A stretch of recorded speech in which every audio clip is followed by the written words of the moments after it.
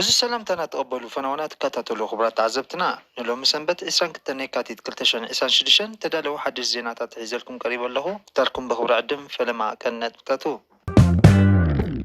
ባንኪ ልምዓት ኣፍሪቃ ንኤርትራ ባጀት ሰሊዑ። ነፋሪት ኢራን ተሓምሺሻ። ዩጋንዳ ተገላጭኦ መግለፂ ኣቦን ወደን። ዳዕሽ ተጋደልቱ ምስ ሓድሽ መንግስቲ ሶርያ ክገጥሙ ፀዊዑ። ጄፒ ሞርጋን ንኣካውንት ትራምፕ ዓፂዎ። ፕሬዚደንት ሩስያ ሓድሽ ሕጊ ኣጽዲቑ። ኢራን በፀቕቲ ዓለማዊ ሓይልታት ኣይትንብርከኽን እያ። እዝን ካልእን ብዝርዝር ሒዘልኩም ቀሪቡ ኣለዎ። ተከታተሉኒ ብኽብሪ ዕድም።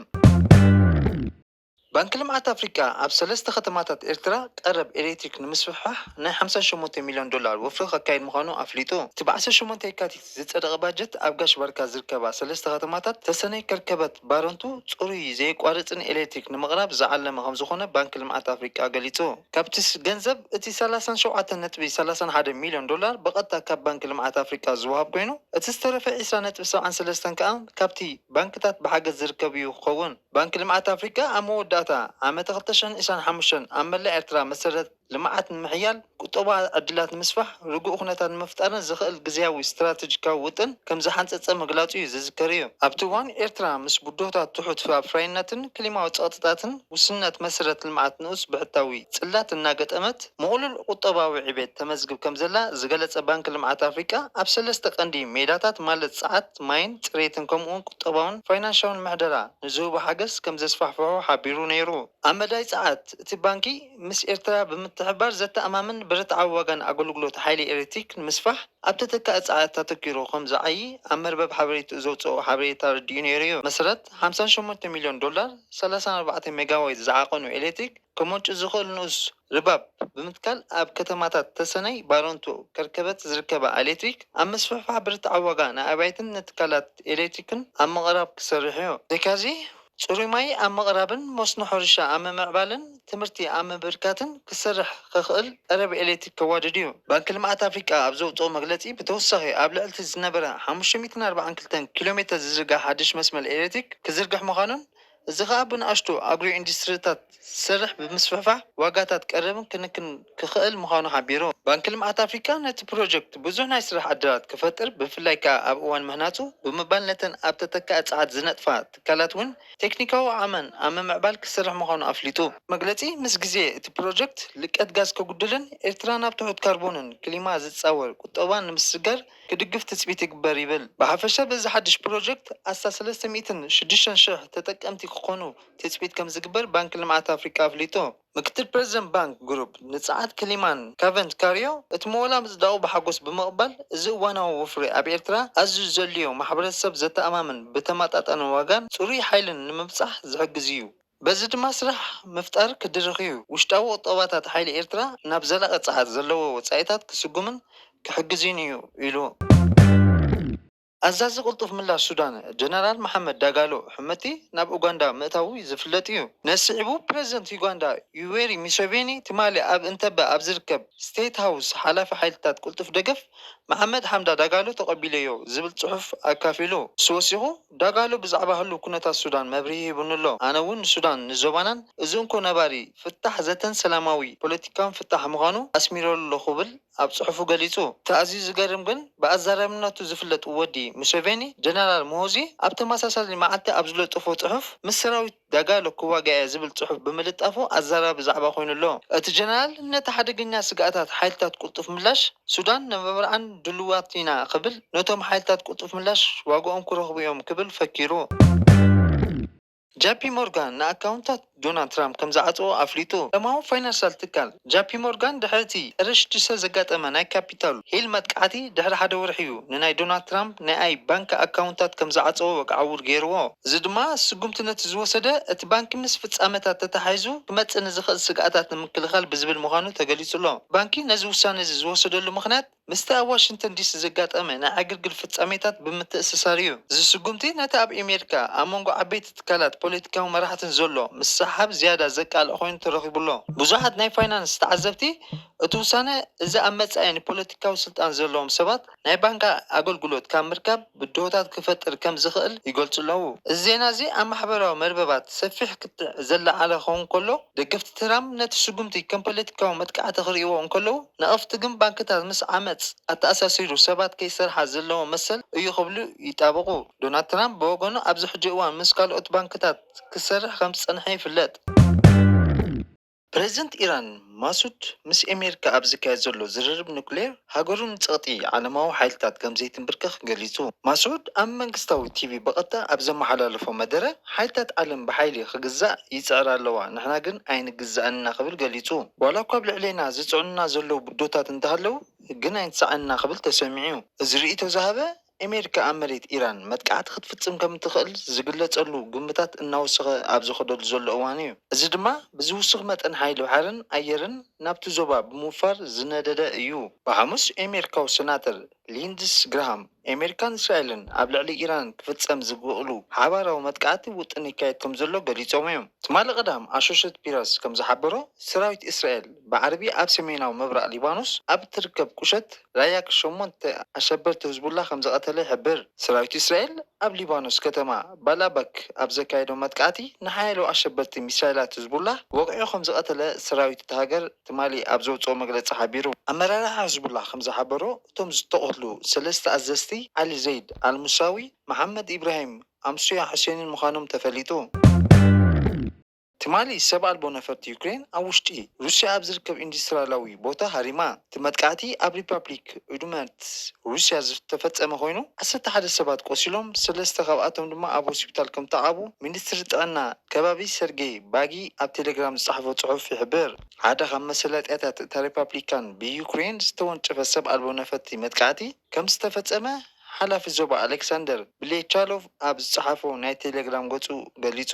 እሲኹ እቲ መጥቃዕቲ መጉዳእትን ዕንወትን ከም ዘስዓበ እንተኾነ ግን ስም ናይቲ ቦታ ኣይገለጸን ወይ እውን ተወሳኺ ዝርዝር ሓበሬታ ኣይሃበን። ኣብ ቴሌግራም ዝዝርጋሕ ዘይወግዓዊ ቻነል ዜና ሩስያ ኣስትራ እቲ መጥቃዕቲ ነቲ ዓብዪ ናይ መንግስቲ ምክልኻል ትካል ቦትቪስ ማሽን ህንፃ ፋብሪካ ዕላማ ከም ዝገበረ ይገልጽ። ሰመዝ ዩክሬን ዝተዋሃበ ቅጽበታዊ ርእይቶ የለን። ቻነላት ዜና ሩስያ ካብ ነበርቲ ቦትኮኒስ ዝወፁ እዮም ዝብሉ ቪድዮታት ስእልታትን ካብ ሓደ ኢንዱስትርያላዊ ቦታ ጸሊም ትኪ ክለዓል ኣብ ህንፃታት ዝተሰባበረ መስኮት ዘርእን እዩ። ካልእ ብዙሕ ግዜ ኣብ ኣገልግሎት ጸጥታ ንዝርከቡ ርክባት ዝጠቐሰ ዘይወግዓዊ ቻነል ቴሌግራም ሩስያ ሾት ነበርቲ ቦትኮኒስ ብውሕዱ 3 ፍንጀላታት ብለይቲ ከም ተሰምዑን ከምኡ ድማ ድምፂ ሰብ ኣልቦ ነፈርቲ ዝመስሉ ከም ዝሰምዑን ይሕብሩ።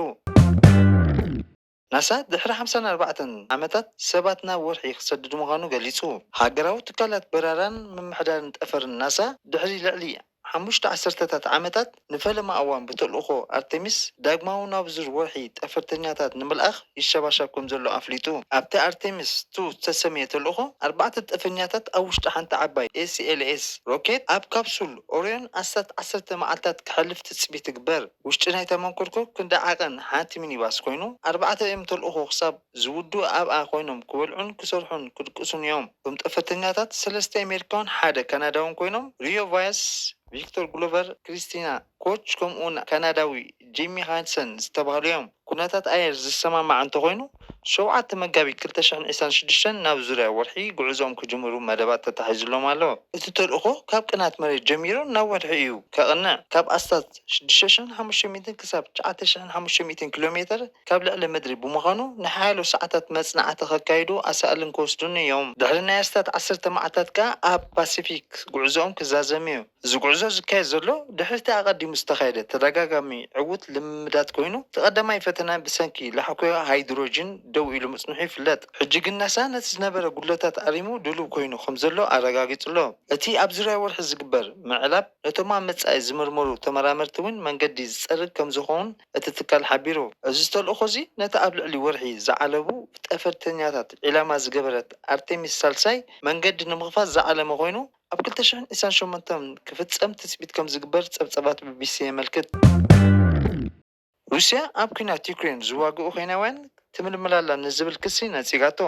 ኤምባሲ ፌደሬሽን ሩስያ ኣብ ዩክሬን ኣብ ዝካየድ ዘሎ ኩናት ዝዋግኡ ኬንያውያን ይምልምል ኣሎ ብዝብል ጉዳይ ንዘቐረበሉ ክሲ ነፂጉ እቲ ኤምባሲ ብ19 ለካቲት 2026 ኣብ ዘውፅኦ መግለፂ ነቲ ክሲ ሓደገኛን መደናገሪ ፕሮፓጋንዳ ወፍሪ ክብል ነፂጉ ዝምላሽ 89 ኬንያውያን ኣብ ቅድመ ግንባር ከም ዘለውን 39 ከም ዘቆሰሉን ካልኦት 28 ድማ ዳሃዮም ከም ዘጥፉን ዘመልክ መግለፂታት ብሰበስልጣን ፀጥታ ኬንያ ኣብ ፓርላማ እታ ሃገር ምቕራቡ ስዒቡ እዩ ተዋሂቡ ዘሎ ኣፈ ጉባኤ ባይቶ ወኪል ህዝቢ ኪማኒ ኣቹንጓ ኣብ ዘቕረቦ ፀብጻብ ኣብ ናይሮቢ ዝርከብ ኤምባሲ ሩስያ ንዜጋታት ኬንያ ኣብ ወፃኢ ሃገራት ስራሕ ዝረኽብሉ ዕድላት ከም ዘሎ ብምትላል ናይ ቱሪዝም ቪዛ ሂቡ ናብ ሩስያ ድሕሪ ምስዳድ ኣብ ኩናት የዋፍሮም ከም ዘሎ እዩ ከሲሱ ኤምባሲ ሩስያ ግን ሰበስልጣን ሩስያ ከምዚ ዓይነት ንጥፈታት ኣካይዶም ከም ዘይፈልጡ ብምግላጽ ንጥፈታት ዘይሕጋዊ ምልመላ ኣብ ምፍጻም ዝኾነ ይኹን ኢድ ከም ዘይብሉ ብምግላጽ ነቲ ናይ ዲፕሎማስያዊ ተልእኮ ሩስያ ዘቐንዐ ዝበሎ ክስታት ብትሪ ነፂግዎ ኣሎ